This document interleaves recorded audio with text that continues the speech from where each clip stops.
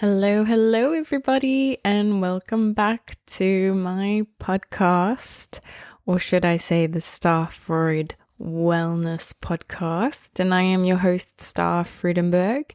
And for all of those people out there that are joining in on this podcast for the first time, welcome to my world.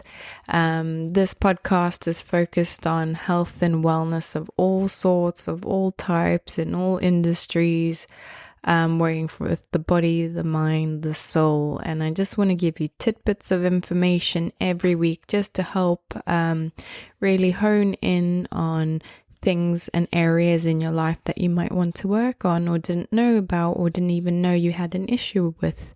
So that's the point of the podcast. For today's podcast, this has been a long-awaited, promised podcast, and this is to do within the gut health sector of parasites.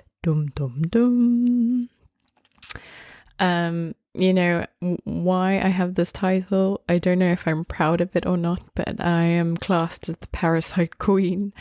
And that's just simply based on the fact that I, in terms of all the things I do and offer, my most predominant service is colonic hydrotherapy, powerful gut health tool that can really, really reset your body, your digestion.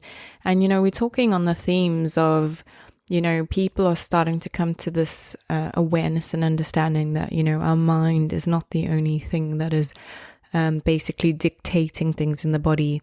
And there's theories out there going on with now the gut's the second brain.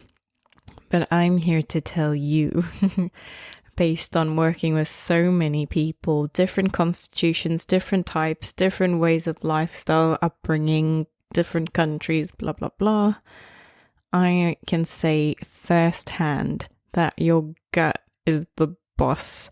And, argue that the gut is the primary brain that controls everything, because when digestion is off sync, people are just not able to function. And that is the reason why this is the foundation of all my work, and almost as a prerequisite, unless you are contraindicated, that I encourage, and if not beg and convince and persuade people to perform or receive colonic hydrotherapy. It's the only therapy that I have witnessed or discovered to date that's natural and really can produce amazing results instantly. Bloating can go down, mind can clear, weight can be lost, skin will improve, skin conditions, rashes, psoriasis, eczema, cellulite, hair loss improvement, pain in the body can go away. Body can finally detox, because it's working on three things. And I always say it. Number one is hydration. Second is liver detox. And, what does that mean? Liver detox. Liver is the organ in that body that holds all of our poisons, our toxins. So it's really the hard-working guy that's trying to keep us okay and sane and not falling sick every 5 minutes. And it's getting rid of excess fecal matter. And why is that important? Because when I trained, we were told that we can keep or store up to 10 kilograms of excess waste in our body that can be trapped predominantly in the colon/large intestine. And this is again with years of experience, just seeing how deep-rooted and sedimented toxins can be in the body. And when we go through a huge detox protocol, just to see what comes out. And unfortunately, one of those things will be parasites, A lot of people, when they come for colonics, they are always like, oh my gosh, tell me, is there a parasite? Do I have parasites? And sometimes, which I find really, comical in a sense, but in a sense strange as well, is people get disappointed when I don't say that they have parasites. And, just sort of as on a side note, it's really much better to not have them, because parasites can be quite a struggle. It's some different organism now occupying you as a host and fundamentally starting to control you. And depending on the severity of parasite you have or species, things can really, really go haywire. You can, drop half your body weight. You can become chronically ill, bedridden, no energy, sick all the time, vomiting, diarrhea, consuming foods, but, you're not getting energy of it. And sometimes can result in, in fatality. So you can end up dying. Because they eventually take over the host, and some stories where they can basically start eating your internal organs and they just basically take over. But what I can say on an energetic aspect is they really do control the mind. And I mean, if you can think of any movies where like there's hypnotists or the evil guys seem to take over the good guys and controlling them, it's like a brainwash. And I really do emphasize that, because when people start going through a detox cleanse, or as I call it, a parasite protocol, the first things I warn about is you need to warn your family when you're going through this, because you're going to start to behave very strange and very like introverted and shutting yourself off and not communicative. You can start lashing out and being highly reactive and angry. And I've seen it time and time again. Some people's relationships end up, where they end up breaking up, or, people lose their jobs because they're starting to have irrational behavior. So it's really, really something not to be taken lightly. And then what's very interesting as well, there's a document explaining that, during the full moon, which will happen once a month, you can also be a lot more agitated and aggravated because parasites are triggered around that time. So I always say to people, if we can, doing or starting a parasite protocol is good around the time of a full moon, but realistically, any time's a good time, right?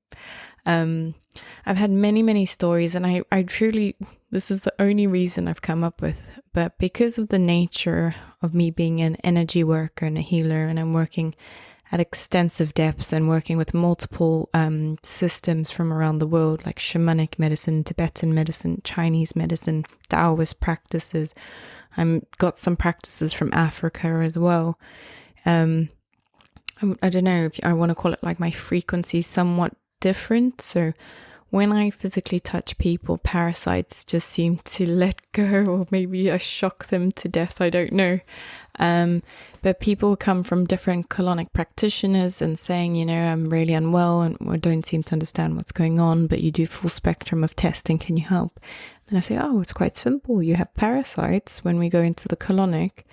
And they seem confused because they said, well, I've been at different practitioners and this has never happened before, or they've never mentioned it before.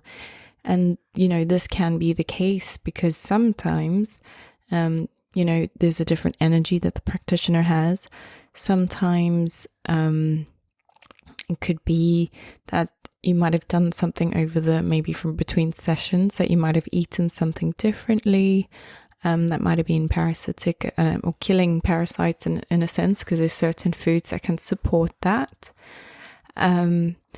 Different reasons, different mind space, different parts of your journey. So, that's sort of where we're going with that. But yeah, once you start removing parasites, you need to appreciate it's not a one-off job. It's a protocol, can take sometimes 3 to 6 months, but discipline is needed. In summary, parasites feed off sugar, and that's what you're going to crave a lot. And the idea is you need to start fighting these deep-rooted desires and impulsive feelings that you're having, almost sort of, in a sense, fighting off an addiction, because something internally is motivating you, trying to make different decisions that you would not usually make. Until you really getting into the procedure of the die-off, and then it's starting to really work psychologically and tests you a lot.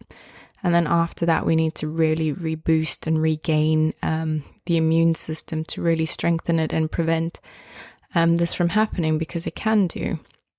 And, it's not exactly the cheapest of protocols to follow, but, if you want to ensure that this wouldn't recycle, because I've had many people who've done the protocol, didn't sort of stick to it, sort of, let's say, half-assed about it, and still full of parasites. And, parasite is not someone that lives in isolation. They're communities that live with inside you, festering on different organs or inhabiting in different places. So it's just being really, really mindful that you need to do it properly.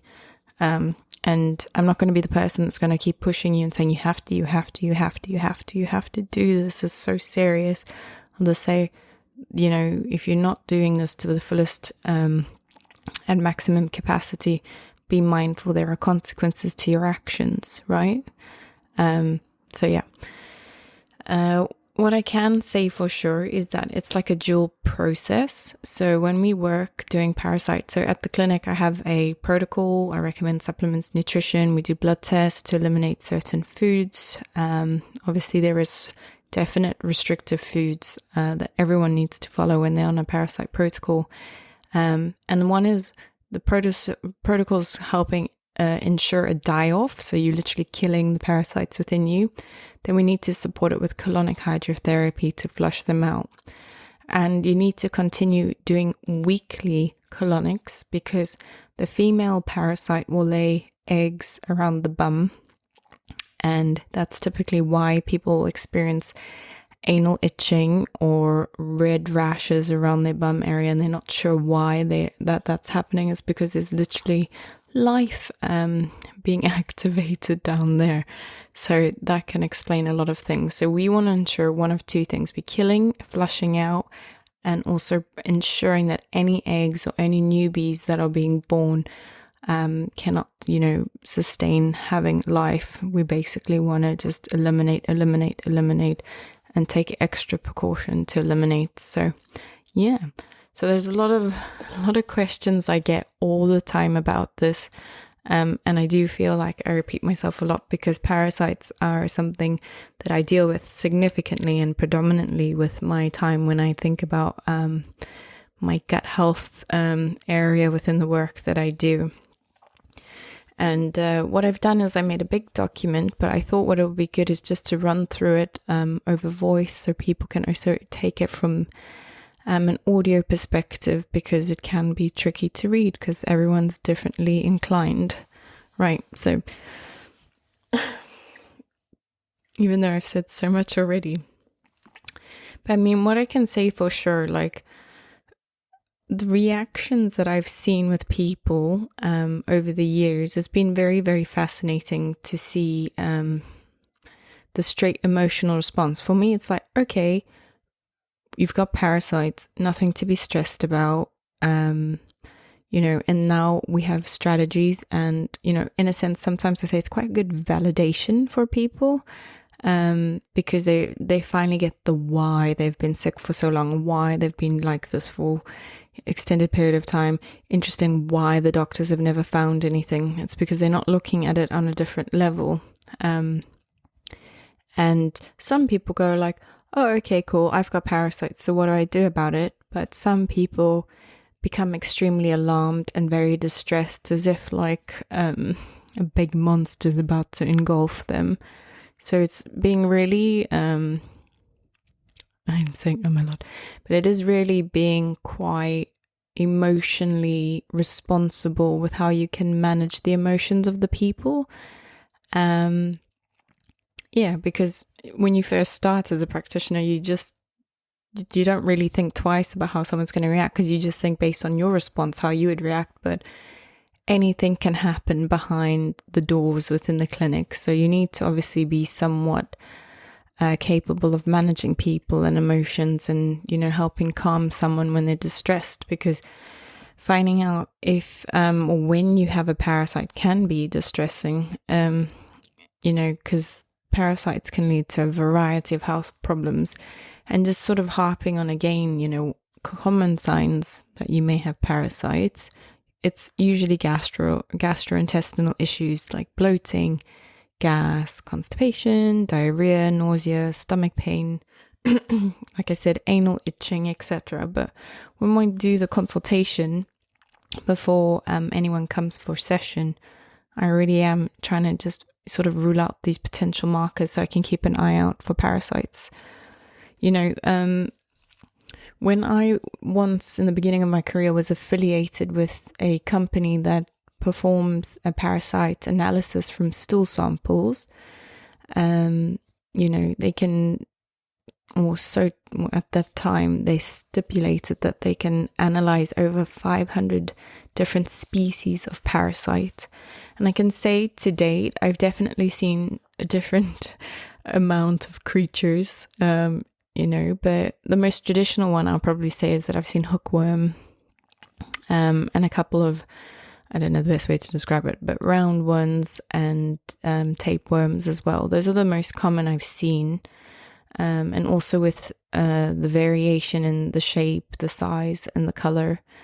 And, this is a story I love sharing because I had my one client pass a worm so long. I was so excited that I actually, because when you release your fecal matter and waste, to go straight into the sewage system through a U-bend. But I actually stopped the colonic and I fished it out because I was like, this is way too good to throw away. And I was incentivized to send it to this stool lab to, tell me what it was and what they can say from it, or maybe do some scientific research. I don't know. I was just too excited because it's nothing like what we get taught or were taught when I trained, and obviously haven't had this level of worm for years. Then I messaged the lab and I was like, yeah, I've got this worm. Here's a picture. How can we, get this done and have it analyzed? And the woman came back to me and basically said I was disgusting for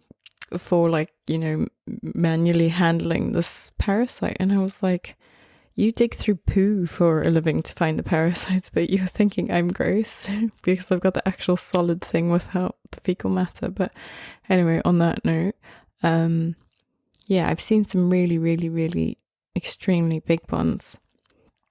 It can be overwhelming or very insightful or intriguing, but as me, the mad scientist kind of personality, I'm just like, wow, what is possible to come out of you?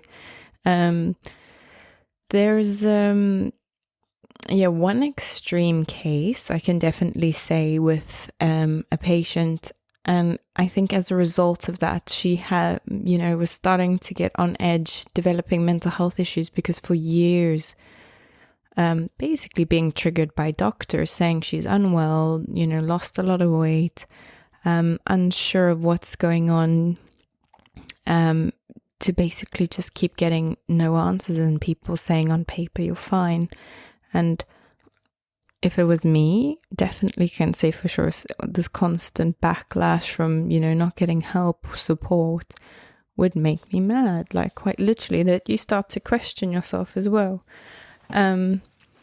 But quite frightening. She said that she knows she has worms and she said she could feel them under the skin and they're laying eggs in. And when I did feel her skin, just on her forearm, it was very bumpy. And then when I would basically push one, you could feel it popping.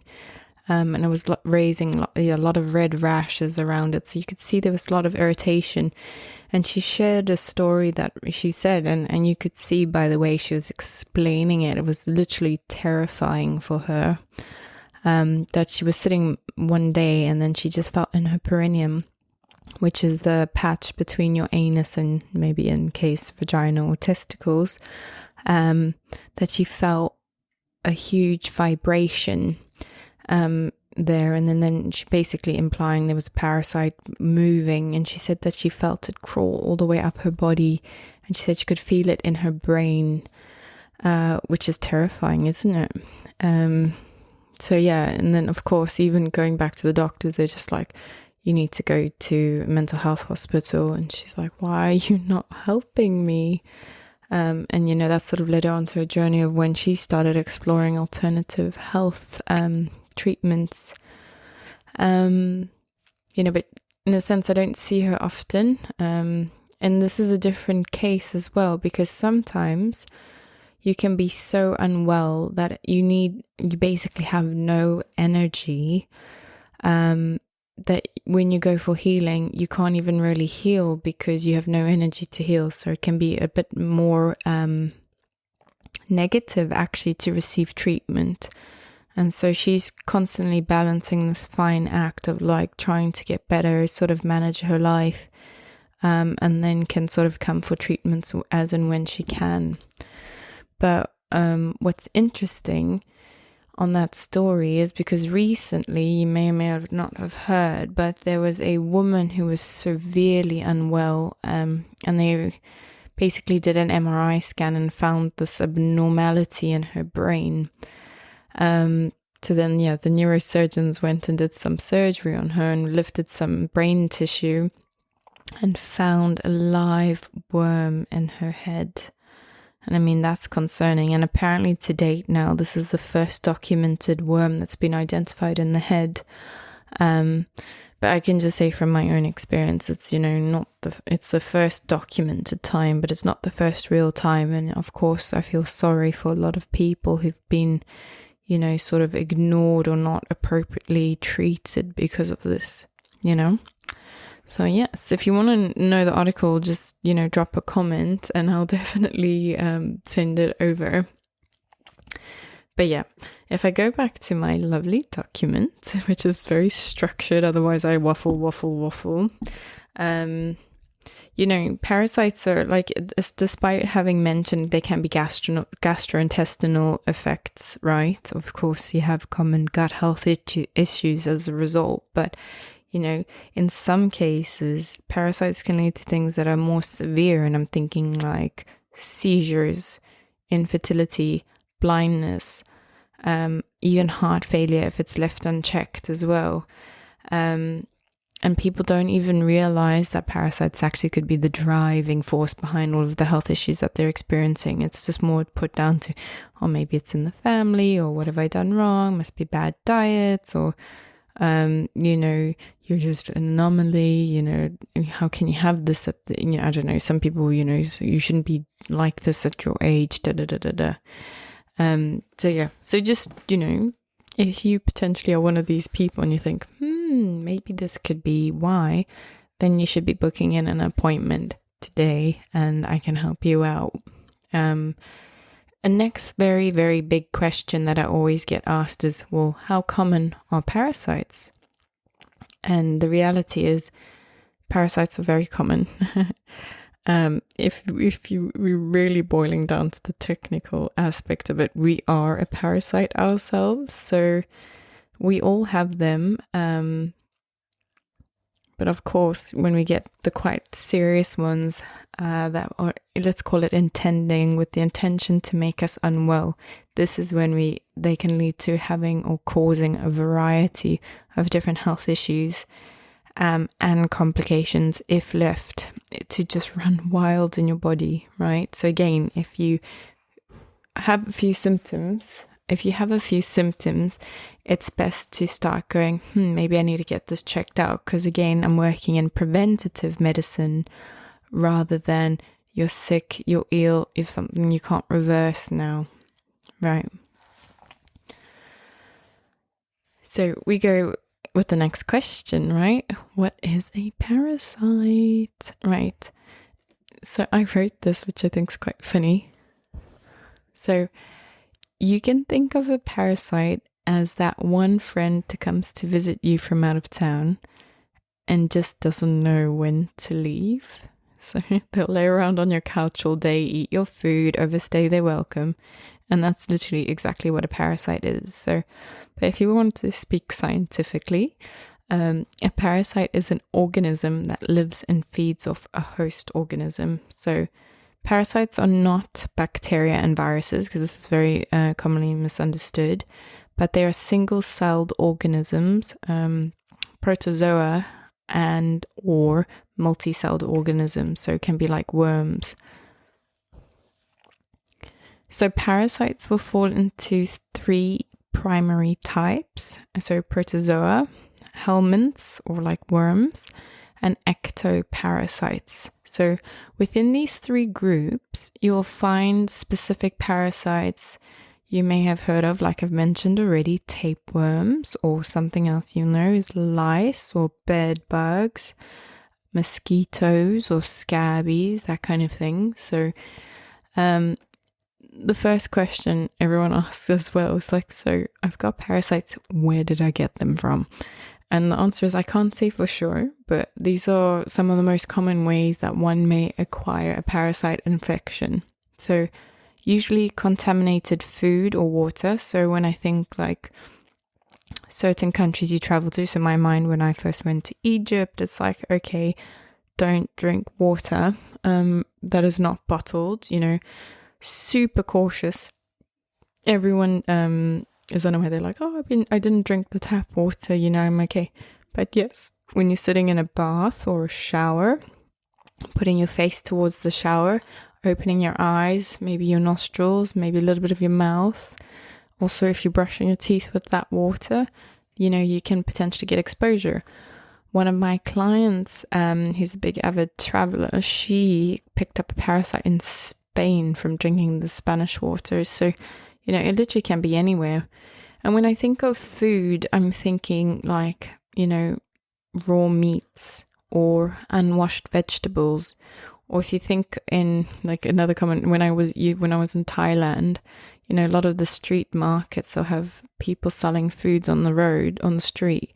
And, how long is that meat or, meat or protein has been sitting out in the sun, rotting effectively, flies going over it. And then you're like, oh, can I have this? And then they'll just throw it on the grill and cook it. But that food is well contaminated. And I had that experience when I was in Thailand. I was like, I ordered a chicken on a stick, like sort of like a kebab style. And when I smelt it, I was like, this is just not worth the risk, And the same, I remember seeing when we went for breakfast, they'd have an array of fruit platters. And just the amount of flies and like bugs that were crawling all over it. It just was so wrong. And it was in a good like rated establishment as well. So it was a bit concerning. And just remember, flies are carriers, they are the ones sitting on the junk or in trash and all of that. And they just then fly over to your food and then they'll just bring that contamination with as well. So it's just trying to really be quite literally anal and on top of, being mindful of what you're eating, where you're getting things from, because it's just not worth it. And again, it could be just at home straightforward where you don't cook your meat all the way through and you eat raw food. And, it's quite funny. I actually had a situation with my partner this year where he made, I think it was chicken schnitzel. And we were having it in a wrap and we were so glued to watching a movie. I don't know, I forgot what it was, but it was just so intensive. And I remember biting down into these chicken wraps and unconsciously grabbing more sauce because I thought, this is really not tasting right. And unconsciously, I didn't register. It was very chewy at the same time. And then I kept putting up sauce. And then eventually when I bit the wrap, the piece of chicken popped out. And then I looked down and I saw it was like virtually raw. Because basically what happened is we messed the timing up on when we put the chicken in the oven. And then I was a bit paranoid going like, oh my God, I'm going to get parasites. What do? I can't afford to get food poisoning or be sick. So it was a bit of a tricky one. So I tried to do a couple of protocols to act as a purgative from my herbal knowledge. But unfortunately it wasn't successful. And I thought, oh, well, I'm going to be, full of parasites in the next few weeks. But I obviously then had appropriate protocol in order to take and ensure that I was okay. But the next day was pretty much okay, just a bit of diarrhea. but I think that's the better of the evils. But yeah, so you could be a victim as well of these things. So you need to just make sure you really watch the time that you put your food on. Make sure when you cooked or having cooked meat, you cut through, steak or the chicken, especially because chicken can have salmonella. And you just make sure things are cooked through properly so you can just mitigate the risk. Another common one, because most people I don't know actually, but I say this more generically. Most people don't know that it is advised to wash your fruit and vegetables, even if it's organic or not. And very few packets, but there are some packets that say, pre-washed and that it's okay, you can eat it straight away. I also don't recommend that. I still recommend washing because you don't know what kind of water they've used, and water is a contaminant. And very powerful with people. I pick up a lot of E. coli that they've picked up just from contaminated water, essentially. So, yeah.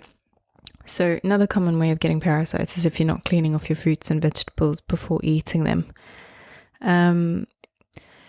Then there's other things. I mean, I would say this is less common, but I always say, if you're walking around without your shoes and socks on and that your feet end up having direct contact with the floor, or contaminated water sources like rivers and lakes when you go on holiday, just being mindful just to be as protected as you can wherever you are, right? Also, are parasites contagious or transferable? That kind of question. And I say yes to people that you should be aware that parasites are easily transmissible. So someone with a parasite who doesn't wash their hands after using the bathroom can transfer tiny parasite particles to anyone else that they may come in contact with, like, for example, touching doors when you're entering or leaving, or picking up items in a grocery store, or maybe you pick up something, you put it back down. Sorry. But just check with the CDC, and they can also give you some guidance to see what parasites are sort of local to your area. Or even maybe check it before when you travel, or after you've traveled. Just don't know. You probably now will because of this podcast. But yeah, it is impossible for someone to prevent further parasitic infections after cleansing. Natural practitioners like myself recommend that you avoid eating raw food or undercooked food, meat, seafood, when you travel internationally. I say things like avoid water that isn't purified or bottled, avoid ice, because that again is water, just in a different form, fruits that you can't peel, swimming or bathing in fresh water, foods that are prepared by vendors on the street, which I've just explained. So, and then transmitting a parasite to you, if they are infected with one already. So you can always be you can always be susceptible to catching a parasite from someone else. So if your partner, sibling, family member has one, you need to sort of isolate them a bit, just like protocols like COVID, right? So at least you have some practice.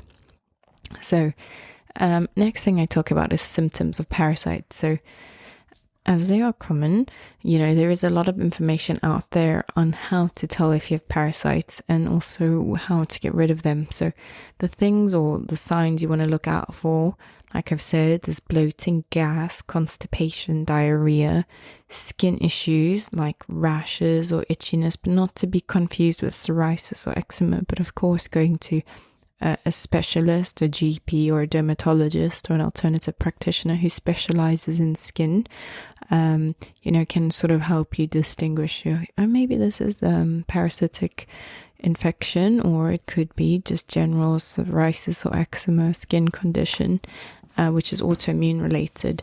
Sometimes can be a result of both, but not as common. Yeah.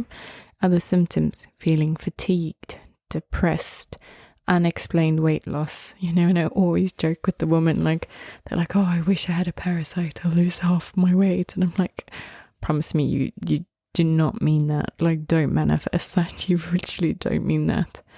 But yeah, so different ways about it. But if you want to know if you have a parasite for sure, colonic is not the primary way I would say that, because again, from years of experience, I've worked with people for, unexplained illness, and then they do protocol, and then parasites can only start coming out even after 6 weeks, 8 weeks, few months, 3 months, 6 months. But the most common way is to do a comprehensive stool test or a blood test, or get an endoscopy or a colonoscopy done. Or, if you're a bit more open to the alternative work, we can do kinesiology, where we can use quantum vials that have been energized with parasites frequency, and then we can put it onto your body, into your energy circuit, and then we can sort of assess whether or not you have, is your body strong to resist this frequency, or does it make it weak? And therefore would indicate there's an imbalance, and then we can find respective protocols to support that nutritionally as well. So a couple of other symptoms I would say as well, because I got a bit of a bullet point list here that I'm just going to read out. So I just said, so how do you know if you have parasites? Well, here are some common signs, right? So I've already mentioned the gastrointestinal issues, problems with your skin like rashes, itchiness, hives, feeling anxious and not being able to explain why. But of course that can be distinguished between anxiety and mental health differences versus this parasitic infection. Problems falling asleep at night and not being able to stay asleep when you do. Traveler's diarrhea after a recent international trip, or we always make the joke, the deli belly. Constant joint and muscle pain, feeling tired or fatigued even after a good night's sleep. Depression or lack of interest in things that used to excite you. Frequent yeast infections. Itching, redness and discomfort around the anus or genitals, which I've explained earlier. Abnormal discharge from your genitals. You have an iron deficiency or anemia. Hunger that is like hard to satisfy, like insatiable, like you can eat everything and you just never feel full. It's a very interesting thing to observe. Lymph nodes that are swollen, stomach pain, stomach cramps, dehydration, weight loss, fever, upset stomach, flu-like symptoms, aches and pains, itching, redness, irritation. Yeah.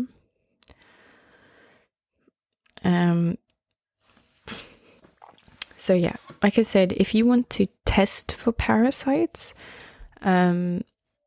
at the clinic, like I said, we offer kinesiology testing, which instantly tells you if you have parasites or any gut health issues leading to gut dysbiosis. So things you'll experience would be leaky gut, SIBO, so small intestinal bacteria overgrowth, Candida, H. pylori or Helicobacter pylori.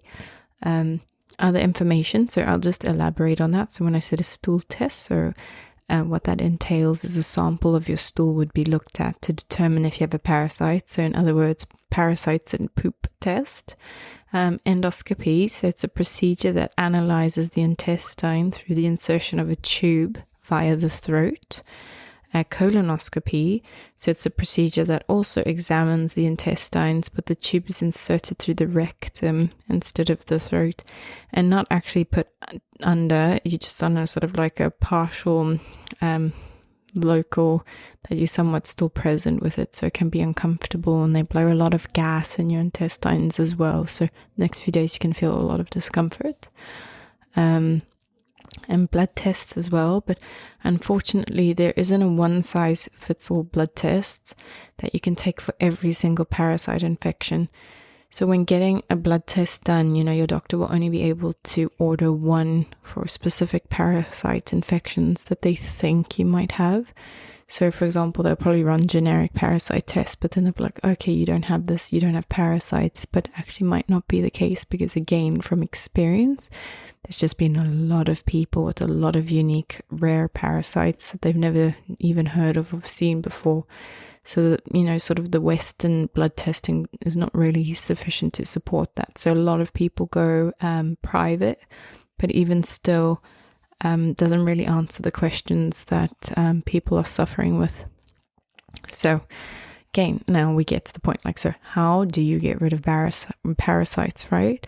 So you get your results back, or you get confirmation from a colonic that you have a parasite. So what do you do now, right?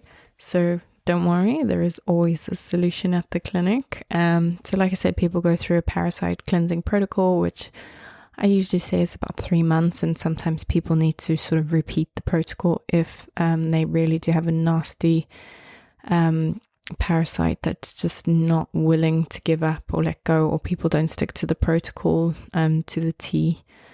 Like I said, it has to be accompanied by colonics, dietary changes, lifestyle changes. So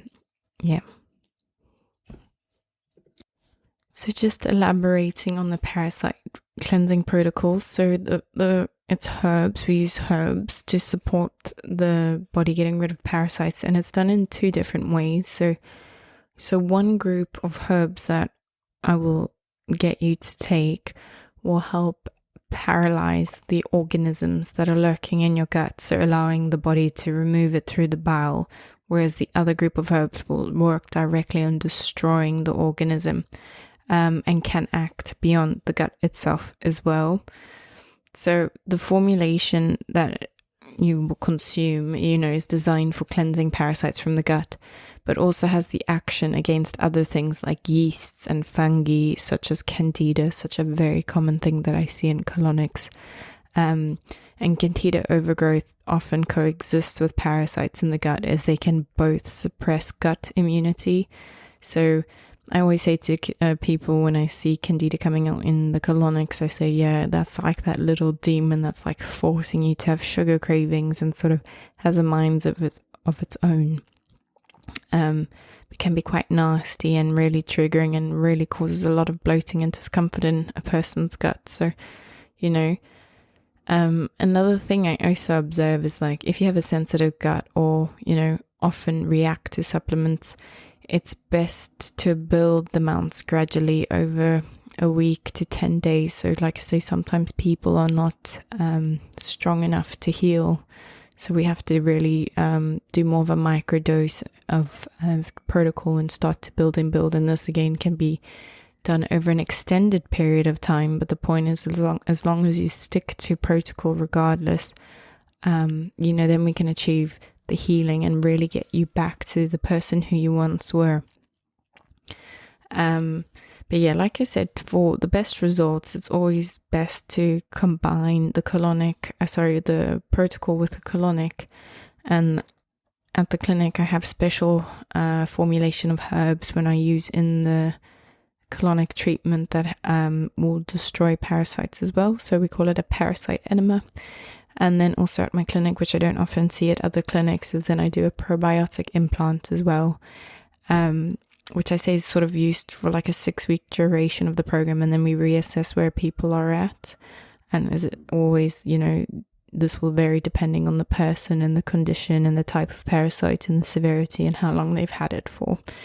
So the most important I can say out of everything is always important to prevent constipation and ensure that you have a regular bowel movement when cleansing, because this is what your body is doing. It's getting rid of the parasites. So some experts recommend doing a few colonics to help improve gastrointestinal health. So typically they can, even other people, it's not even me, say, you can do even 2 to 3 colon cleanses in a week for 3 weeks. And, this can be done by doing a 2 to 4 week protocol cleanse. So again, I think 3 is quite a lot if you have the time and the finances, but at minimum, you can definitely do 1. But there's definitely, I can say there's lots of different cases. Some people come for 2 or 3, but, we assess, your energy levels, your finances, time realistically as well, because I think time is so tricky. But, if you can throw everything you have at it, you can really achieve progress in a shorter period of time, right? So together, those two things, plus obviously having a practitioner at your side, coach, mentor, to help you through your journey, and obviously getting the support of your friends and family and work colleagues around you as well is key. But this is what I can say is a super effective strategy for helping your body get rid of harmful organisms, whilst at the same time nourishing yourself from the inside out. So, dual thing. So, I can definitely say over the years, I've, worked with lots of different herbalists, herbal companies, supplement companies. And at the moment, I really have a favorite that I use. So when you come to the clinic, you'll learn all about them and what they do and how they look after and create their products. So it's really good. But together, we work with a 3-phase program where, the phase 1, like I say, it's just working on cleaning and detoxifying your liver pathways, because you need to have your liver clean to really process this or support the elimination of the parasites. So it needs to be strong and in working order. Then we go in phase 2 of straight on parasite elimination. And then once that's done, and again, we'll confirm if that has to be re-performed or not, like if we have to redo protocol for different reasons. And then after that, when we can safely say, okay, we've eliminated the parasites, we go into the immune strengthening and regeneration of your intestinal flora. So literally rebuilding your gut to make it impossible for, I guess, to be a breeding ground or any uninvited guests to come squat in your home, right? But again, needing to be mindful, taking time to relax and look after yourself, and just, a big time of self-care and self-love. So yeah, I work with all these different supplements and, again, with years of experience, picking up some good ideas, lifestyle changes, and everyone, depending on their consultation, will have different needs of changes or shifts to do. There's lots of different other therapies that are complementary as well, but that will be subject to the individual.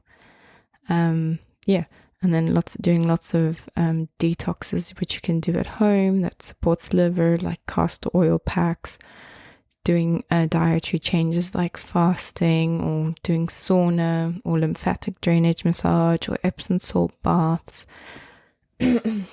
Or like even doing breath work and deep breathing and working on mental health as well, because then you can start doing shifts in your mind, your body, your soul, and changing your frequency vibration. That can support or even prevent a healing crisis, but can support your progress a lot faster. So yes, I know it's a long podcast, but I think it's a worthwhile one, and one you can just sort of listen a bit at a time, because it's a very deep subject. But now if we're tapping into sort of the emotional section, or when I talk about the emotional release during the detox that can go on, there's and in terms of parasite cleanses, I would say this is the common time where the healing crisis comes up, or the Herxheimer's reaction comes up that people speak about. And you're like, oh, what is that, Star? Tell me some more, And it's just basically your emotions are directly connected to the organs in your body. So like the liver is the main organ for your detoxification. And it is associated with emotions. And this is according to Chinese medicine with anger or irritability, resentment, and rage. So when you, and this is using an example now, like when you go through a big cleanse and you clear away a lot of toxic debris in your body, this will be taxing on your liver. So it can make you feel a lot more emotions, that you've been holding on to and unable to express. And then this can show up because it's a sign that, these blockages are leaving the body. So yeah, you can sort of experience that and go through that. So I always say to people, think of it as an opposite logic house. When you're feeling negative and you're going through that, yes, it's not nice, but it's a good sign, because now that's, deep innate stuff that was like residing within you that doesn't deserve to be inside you. It's not healthy to keep holding on to it, and that, in some essences were making you sick as well. So I always say to people, like, what are some strategies, for dealing with the emotional roller coaster? And one is learning from your emotions. Never resist your emotions, or even like, don't, if you need to go to the bathroom as well, always go. Because whatever you resist persists, right? So, each emotion has a positive intention and a message attached to it. So, it wants to be heard or felt or addressed and released. So when we feel anger, when our values or boundaries and agreements have been violated, once we openly communicate those without any expectations of others to read our mind, the emotion goes away. Sadness can arise when we perceive we have lost something or feel that something is missing. So the outlet for that would be to cry, and then crying can actually provide a soothing release of stored sadness and grief. Again, harping on about being able to prepare for the detox process, really getting your affairs in order, because, it's vital you prepare for detox, because both, not only physically, but emotionally as well. So this means ensuring all your routes of eliminating are functioning well, so like your liver. You need to book out extra time just to relax and chill.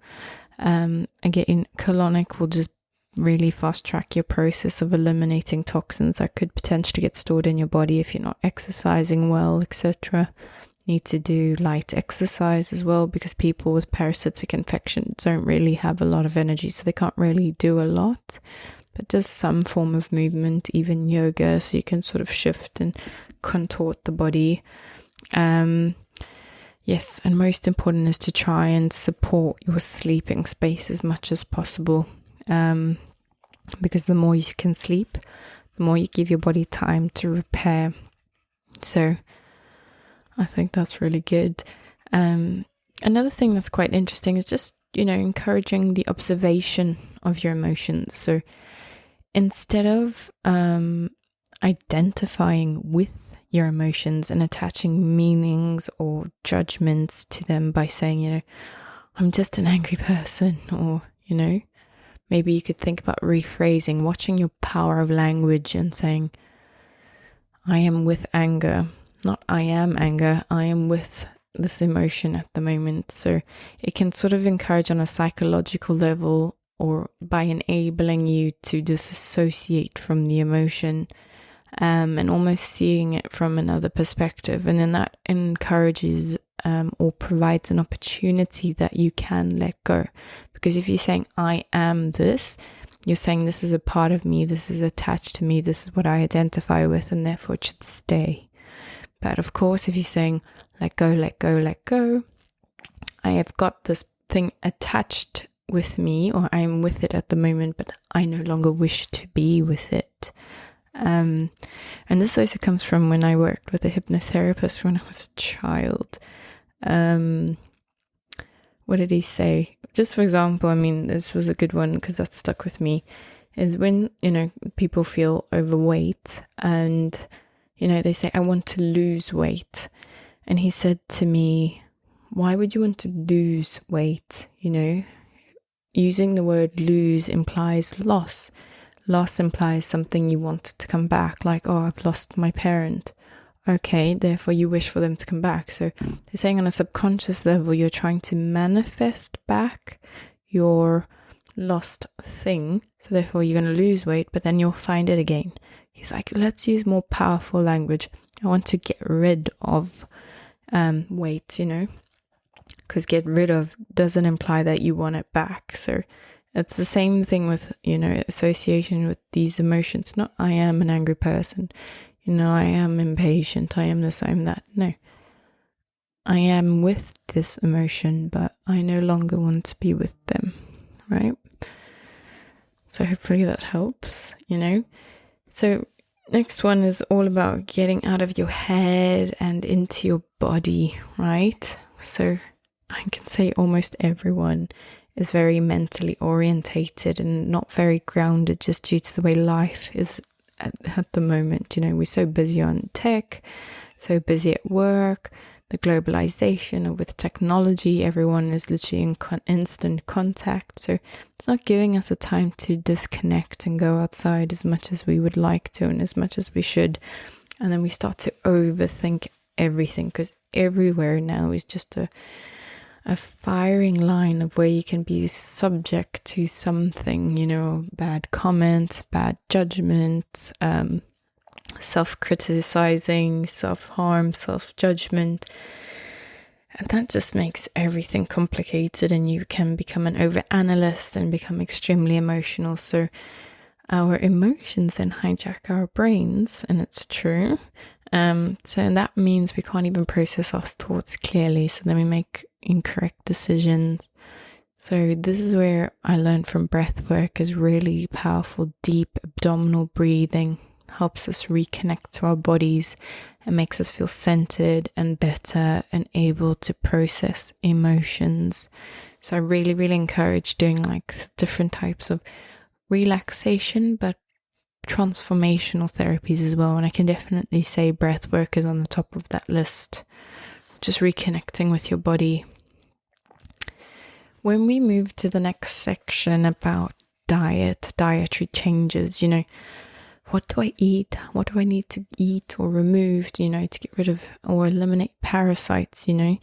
And I always say to get rid of a parasitic overgrowth, we need to detoxify our system. And that means following a parasite cleanse. And I also have a nice little, let's call it a PDF menu of suggested good parasitic elimination foods that are actually delicious as well, and also vegan friendly, so that can support, you know, the wide range of people. But this involves first and foremost taking the supplements and protocols, so the antiparasitic herbs, and then of course the diet is the next most important. But the difficult thing I can say is in reality, there is no universal diet for everyone. So because the diet will vary because of age, lifestyle, environment, allergies, genetic histories, so many factors. So, you know, everyone's a unique vehicle. So what I'm about to say is not necessarily for everyone, but it's quite a generic list to support parasite elimination. So just sort of take it with a pinch of salt. And this is where, okay, this podcast alone is not going to support you to go through your own detox. You'll need to work with a qualified practitioner. In summary, we're trying to starve the parasites. We're trying to create a die-off process. So this is, I'm very controversial about fasting, you know, and I'll make a podcast about that sometime. But this is when I'll say fasting is essential. And it's very important during this phase, because if you're not feeding yourself, therefore you're not feeding your friends.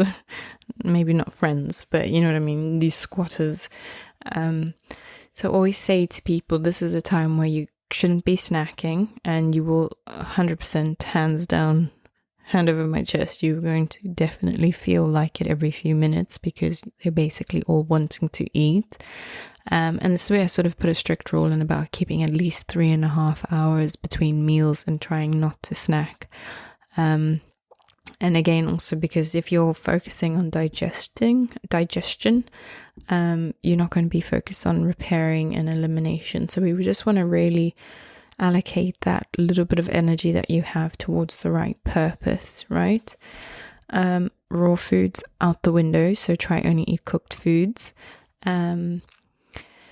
And then sort of a couple of items I would say that are good to incorporate into your diet that support good effective detoxification, elimination, are as follows. So a good one is pumpkin seeds, almonds, beetroots, carrots, kelp, coconut oil, papaya, and including eating their seeds, but only have a teaspoon a day. It's one of two choices. You can eat the seeds, but it's very peppery and it's not the nicest of taste, or you can swallow and then your stomach acid could then break them down.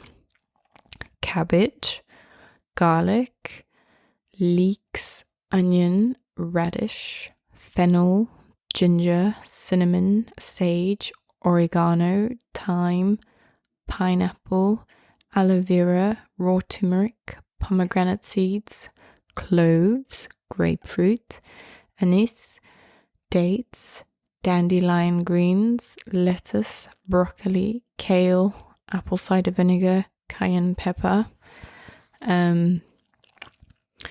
Like for example, I say garlic and onions. So, these are very good for immune boosting. They have anti-parasitic effects as well due to the sulfur compounds. And in this essence, they can destroy pathogenic organisms. So really good support and something I encourage to eat daily. When we're looking at some of the herbs I've mentioned, so oregano and ginger, again, antibacterial and anti-parasitic effects, because they increase the production of your stomach acid, which can kill parasites and prevent infections. Because again, we also need to be considering the immune system is probably being wiped out by the parasites. Pineapple and papaya. So generally speaking, you avoid all sugars, and that will be including fructose. But papaya, pineapple, and dates are the only things that I say are good to go, because they contain compounds that will decrease production of pro-inflammatory cytokines, which is basically what results in colon inflammation. So if you do this either eating the fruit or maybe having it as a juice, it also has anti-parasitic effects, so it's really good. Same for coconut oil. Trying to eat foods that are probiotic rich. So again, if you don't have a dairy intolerance or allergy, you can think of things like kefir, sauerkraut, yogurt, and keep parasites in check essentially, because you'll be working on improving your gut health. Apple cider vinegar. So some people do a teaspoon in their water in the morning, and this is just really good to restore healthy pH balance. It can really improve digestion. And then generally speaking, other fruits and vegetables, just helping, they provide a rich source of, proactive compounds that will nourish your gut, that will provide fiber so that it will encourage you to have your regular bowel movements. So if you are going through the die-off procedure, then at least your colon then can be supported by elimination and not anything getting stuck, and then can basically reabsorb or can host in a different part of your body. And of course, this should go without saying that, number one is you need to be drinking water, either bottled, filtered, not tap water. But strict things to definitely avoid. We're going to look at raw food, caffeine, alcohol, wheat, many grains, because essentially, especially the ones containing gluten, they will basically break down into sugar, and then that can quickly and easily cause intestinal inflammation. And again, sugary means feeding your parasites. Wanting to avoid legumes, grains, pork, simple carbohydrates, dairy products other than the ones that are good for probiotic purposes, all sugars, and I say except honey and dates, because usually, feeds the harmful organisms, yeast as well, fruits and processed foods. So when I say avoid sugars, you need to also avoid anything that says with added sugar as well, because a lot of people don't really notice that on labels. So read your labels. I'm always harping on about that as well. But like I say, just try and really truly keep your sugar intake to a minimum. It's going to be hard, but like anything, it's a process of adjustment. And some common examples of things with added sugar that maybe is important to point out, but soda would be one. So soft drinks, energy drinks, sports drinks, sauces, big culprit, condiments, major, salad dressings, fruit juices. So, when I say juices, I don't just mean strictly fruit juice. I'm talking about vegetable juice, teas, cereals, bread, candy, desserts, syrups, different toppings, and packaged and processed foods as well. Just for example, like soups will have added sugar, and you wouldn't think that, or gravies or something like that. Things that would in essence seem savory in nature, most likely laced with sugar, because the sugar is addictive to an individual. So a lot of food retailers will put things with sugar to sweeten it and create addictive behavior, because then you'll go, I really want to go buy that again because I really loved it, And then I go back on to saying, make sure you're increasing your fiber, because that is just going to support your elimination. And what is fiber?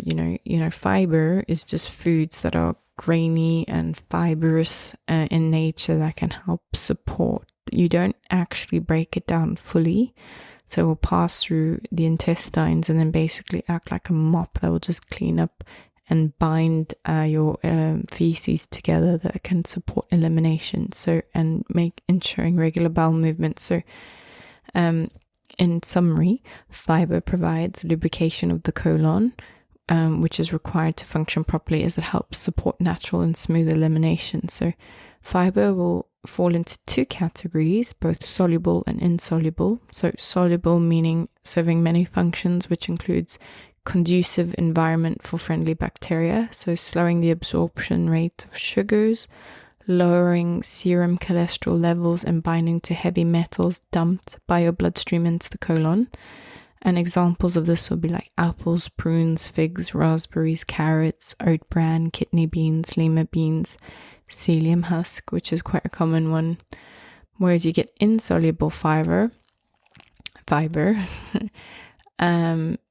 which will then complement the soluble fiber by increasing the bulk in the waste, so preventing impacted bowel pockets or diverticular. So then this will help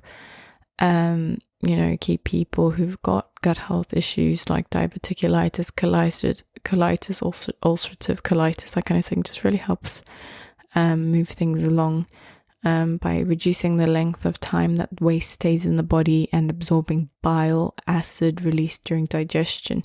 So examples would be rice, quinoa, millet, whole wheat, raw spinach, Brussels sprouts, and flax seeds. But obviously being mindful if you have an allergy or an intolerance to them. So that's why I recommend the blood tests.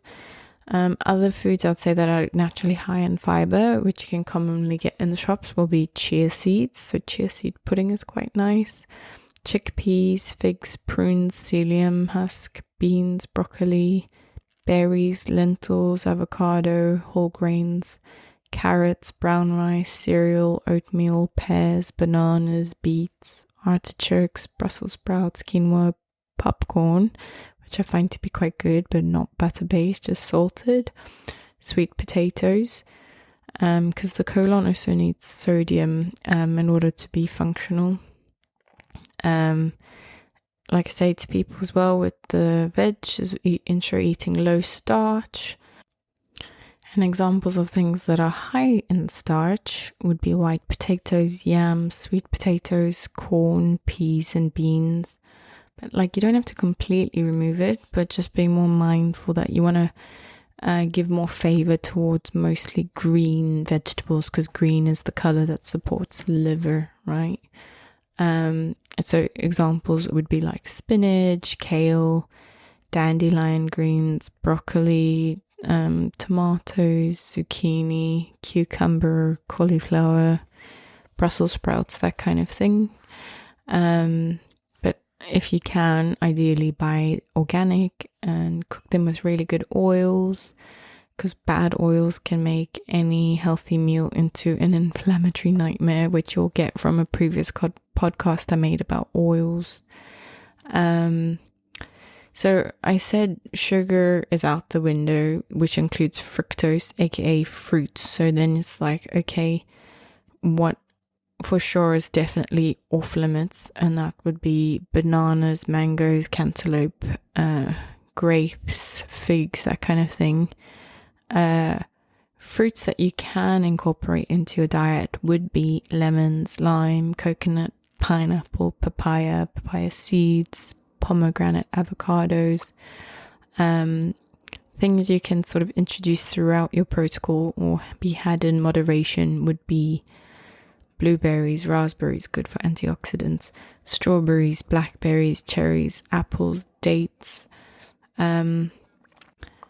Another tip is that if you're planning to eat one of these fruits, just to make sure you eat them before you eat protein, because due to the nature of a protein, it takes a lot of time to digest, so which can then make it a lot more difficult to digest what you've eaten, or what you eat after the protein. So just for example, when you're in a fasted state, this would be a good time to eat your simple sugars like the fruits I've just mentioned in moderation. Next is you need to include prebiotic foods in your diet. So we're going to think not carbs. We're going to think oats, garlic, onions, leeks, dandelion, asparagus, very good, but it makes your pee smell bad. Chicory root, artichoke, barley, flax seeds, burdock, cacao. And then of course you can get supplements as well, but this is just more of a natural way to do it. So what are prebiotics, basically prebiotic foods are indigestible carbs that can feed beneficial bacteria in your gastrointestinal tract. It's basically, in summary, really, really good for your gut health. However, some contain sugar, but what I've just listed above, they're quite low in sugar, so it's good, but definitely recommended to have a lot of vegetables cooked, that will support the fiber, and supports fiber to support elimination as well as support gut health.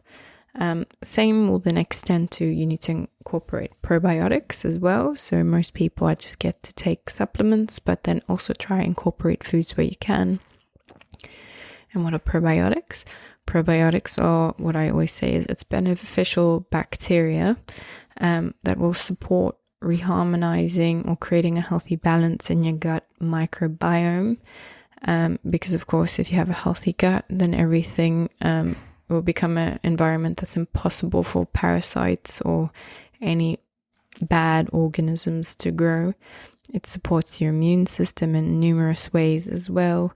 So yes, but also just being mindful what kind of probiotics you will take, is you need to have a good brand, like a good recovery one, because there's lots of different strains within the different probiotics you buy.